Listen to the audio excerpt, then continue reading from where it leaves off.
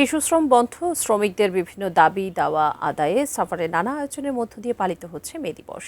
Ashulia EPZ এলাকা থেকে বিস্তারিত জানাচ্ছেন প্রতিনিধি কামরুজ্জামান। কামরুজ্জামান, কি কি আয়োজন রয়েছে একটু বিস্তারিত জানাবেন আমাদের।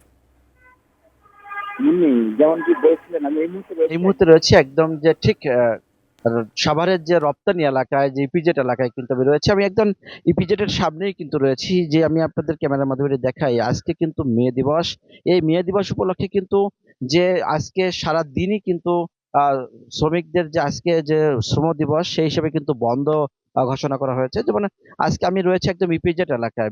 সেখানে কিন্তু পুরো ইপিজেড প্রত্যেকটা কারখানায় কিন্তু বন্ধ এই মুহূর্তে। আসলে আহ এখানে বন্ধ ছাড়া আর কিছুই দেখানোর মতো নেই, আপনি দেখতে পাচ্ছেন। এছাড়াও আমরা সকালবেলায় কিন্তু বিভিন্ন জায়গায় গিয়েছি, সেখানে দেখেছি যে মে দিবস উপলক্ষে আমরা দেখেছি বিভিন্ন সংগঠনের পক্ষ থেকে তারা কিন্তু বিভিন্ন রকমের তারা পদক্ষেপ নিয়েছে। আমরা দেখেছি সমাবেশ করেছে, আলোচনা সভা। এছাড়াও আমরা রাস্তায় দেখেছি মানববন্ধন করছে। এছাড়াও আজকে শ্রমিকদের সাথে আমরা কথা বলেছি, তারাও বলেছে যে তাদের যে বিভিন্ন ন্যায় ও ইনসাফের ভিত্তিতে দেশের যে শ্রমনীতি ঢেলে সাজাতে হবে, এবং কয়েকটি তারা ধারা কিন্তু তারা বলেছে, এবং অবিলম্বে সর্বজনীন জাতীয় ন্যূনতম মজুরি ঘোষণা, এবং মানে খ্যাত বিখ্যাত যে ন্যূনতম মজুরি, এবং ন্যূনতম মজুরি যে 25,000 টাকা প্রত্যেকটা যারা গার্মেন্টস শ্রমিক তাদের হতে হবে। সবকিছু মিলিয়ে তাদের আজকে অনেকগুলো দাবি দেওয়া আমরা কিন্তু সকালবেলা আমাদেরকে বলেছে।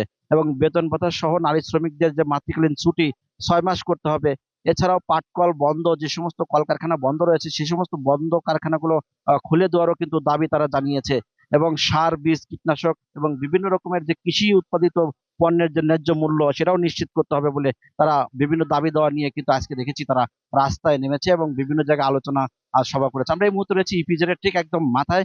আপনি দেখতে পাচ্ছেন যে একদম আজকে যে ইপিজেড এর প্রত্যেকটা কল কারখানা এবং গাড়ি ঘোড়া সব কিন্তু আজকে শ্রমিকরা কিন্তু বন্ধ রেখেছে, এবং যে কারণে কিন্তু ইপিজেড এলাকা আমরা এসেছি এবং প্রত্যেকটা কারখানা আমরা বন্ধ। এবং আমরা সকালবেলাও কিন্তু গিয়েছি যে বিভিন্ন জায়গায় দেখেছি যে তারা শ্রমজীবী যে ছোট শিশু বাচ্চারা তারা কিন্তু কাজ করছে, সেটাও কিন্তু আমরা দেখেছি।